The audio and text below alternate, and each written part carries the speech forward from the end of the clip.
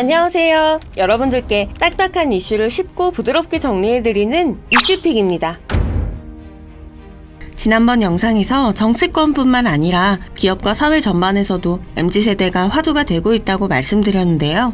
우리가 왜 MZ세대를 알아야 하는지, 또 MZ세대들은 왜 기성세대와 다른 특징들을 가지게 되었는지 알아봤습니다. 그래서 오늘은 MZ세대들로 인해 바뀌고 있는 사회 현상들을 살펴보고 그로 인해 발생하는 세대 갈등과 그것을 극복하기 위한 노력에 대해서 알아보겠습니다. 그리고 영상 시작 전 구독과 좋아요, 알림 설정까지 부탁드릴게요. 최근 기업체나 정치권에서 40대 이상의 분들이 공통적으로 하는 얘기가 있습니다. 바로 20, 30대가 무섭다.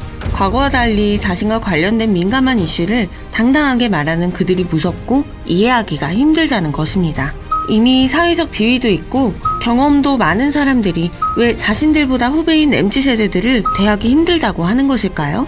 지난 1편에서 말씀드렸다시피 MZ세대는 자신에게 닥칠 불이익이 보이면 과감하게 자신의 목소리를 냅니다. 합리적 보상과 공정, 특히 자신과 관련된 문제에 대해서는 정치적이든 사회적이든 당당하게 자신의 목소리를 높이는데요.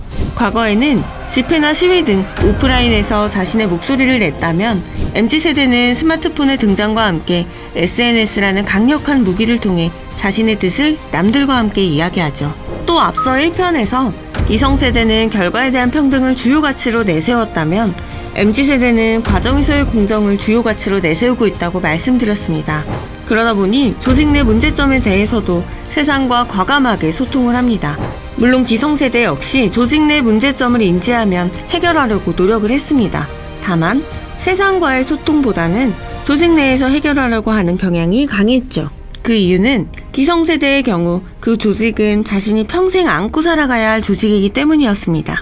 하지만 MZ세대는 굳이 한 조직에서 평생 붙어있을 필요가 없어졌기 때문에 조직에 대한 충성도가 기성세대보다는 약합니다.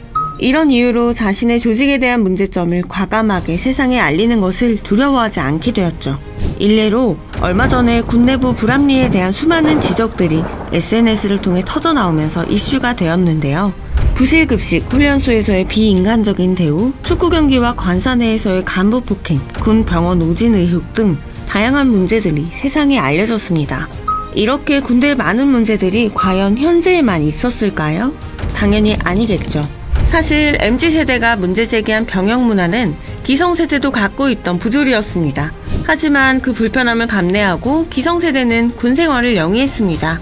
무엇보다 군생활에서 참을 수 없는 부조리가 발생하더라도 그것을 외부에 알릴 수 있는 수단이 사실상 없었죠. 하지만 MZ세대 군장병들은 달랐습니다.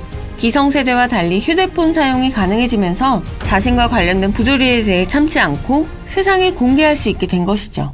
또한 이런 변화는 비단 군대뿐만이 아닙니다. 기업에서도 많은 변화가 나타나고 있는데요.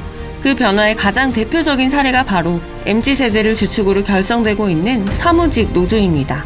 여기서 많은 분들이 의아해하실 수도 있을 것 같습니다. 예전에도 노조는 있었는데 왜 사무직 노조의 탄생이 변화의 상징이라고 하는 것일까요? 그 이유는 사무직 노조가 출현하게 된 배경에 성과급 문제가 있었기 때문입니다.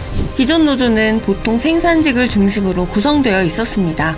생산직은 성과에 대한 가시적인 수치가 있었기 때문에 그에 따른 보상을 받을 수 있었지만 사무직은 성과에 대한 가시적인 수치를 확보하기가 어려웠습니다. 그러다 보니 열심히 자신의 일을 하더라도 공정한 성과를 받기 힘들었죠. 그래서 MZ세대를 주축으로 자신의 능력에 따른 공정한 성과를 받기 위해 사무직 노조가 탄생하게 된 것입니다.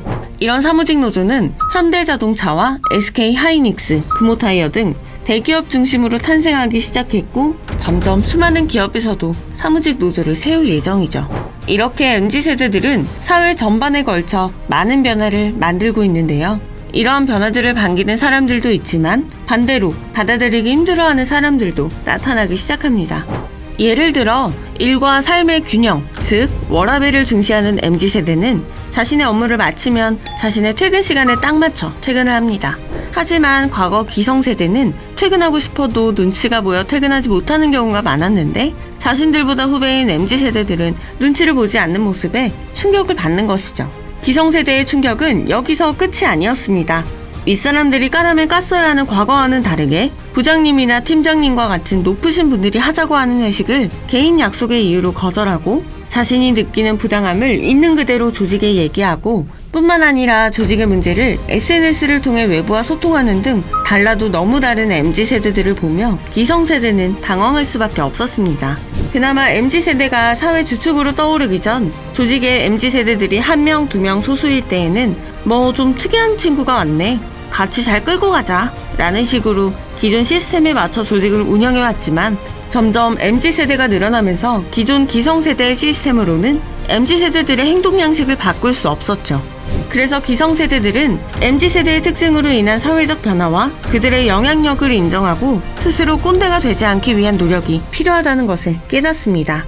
MZ세대를 연구하고 이들의 장점을 끌어올릴 수 있는 방안을 모색하게 되죠. 그 방안 중 하나가 바로 젊은 세대를 멘토로 삼는 리버스 멘토링입니다. 리버스 멘토링이란 학교 혹은 사회생활 선배가 후배에게 경험담을 가르치는 기존 멘토링의 반대 개념으로 일반 사원이 선배나 고위 경영진의 멘토가 되는 것을 말하는데요. 이를 통해 기성세대인 임원들이 사회 전반에 걸쳐 많은 변화를 만들고 있는 MZ세대의 문화와 특징을 자연스럽게 소통하며 이해할 수 있게 되었죠. 실제로 리버스 멘토링을 통한 MZ세대를 이해한 조직은 최신 트렌드에 대한 대응력이 강화되어 새로운 기회를 얻기도 합니다. 이탈리아 전통 럭셔리 브랜드 중 하나인 구찌의 경우 불과 몇 년 전까지 쇠퇴의 길을 걷고 있었지만 현재 리버스 멘토링을 통해 MZ세대에게 가장 사랑받는 브랜드가 되었습니다. 구찌는 30세 미만의 직원들로 구성된 의사결정 조직을 만들어 다양한 시도를 했는데요. 예를 들면 모피 사용 금지, 중성적 디자인 적용, 스트릿 패션 브랜드와의 협업 등 기존 럭셔리 브랜드가 시도하지 않은 의사결정을 통해 소비자로부터 쿨하다는 브랜드 이미지를 구축했고 매출 또한 2배 이상 급상승하게 되었습니다. 그리고 외국뿐만 아니라 우리나라에서도 점점 리버스 멘토링을 더 많이 활용하고 있습니다. 덕분에 세대 간 디지털 정보 격차도 감소하고 다양성을 존중하는 조직 문화도 개선되고 있죠. 또 이를 통해 충성심이 약했던 MZ세대도 조직 구성원 간의 유대감을 느끼며 더욱 열심히 업무에 매진하게 되었습니다. 게다가 최근에는 과거 레트로 문화를 MZ세대가 다시 즐기며 뉴트로 열풍이 불면서 기성세대와 문화적 공감대도 같이 형성하고 있는데요. 이렇게 기성세대와 MZ세대는 서로를 이해하기 위한 노력을 통해 세대 차이를 극복하고 있습니다. 과거 신세대였지만 기성세대가 된 X세대처럼 언젠가 기성세대가 될 MZ세대도 지금의 기성세대를 존중하고 이해한다면 다음 세대와 함께 공존하며 더 좋은 세상을 만들어갈 수 있지 않을까요? 지금까지 MZ세대 이슈를 정리해드렸고요. 다음에는 더 재미있는 이슈로 돌아오겠습니다. 감사합니다.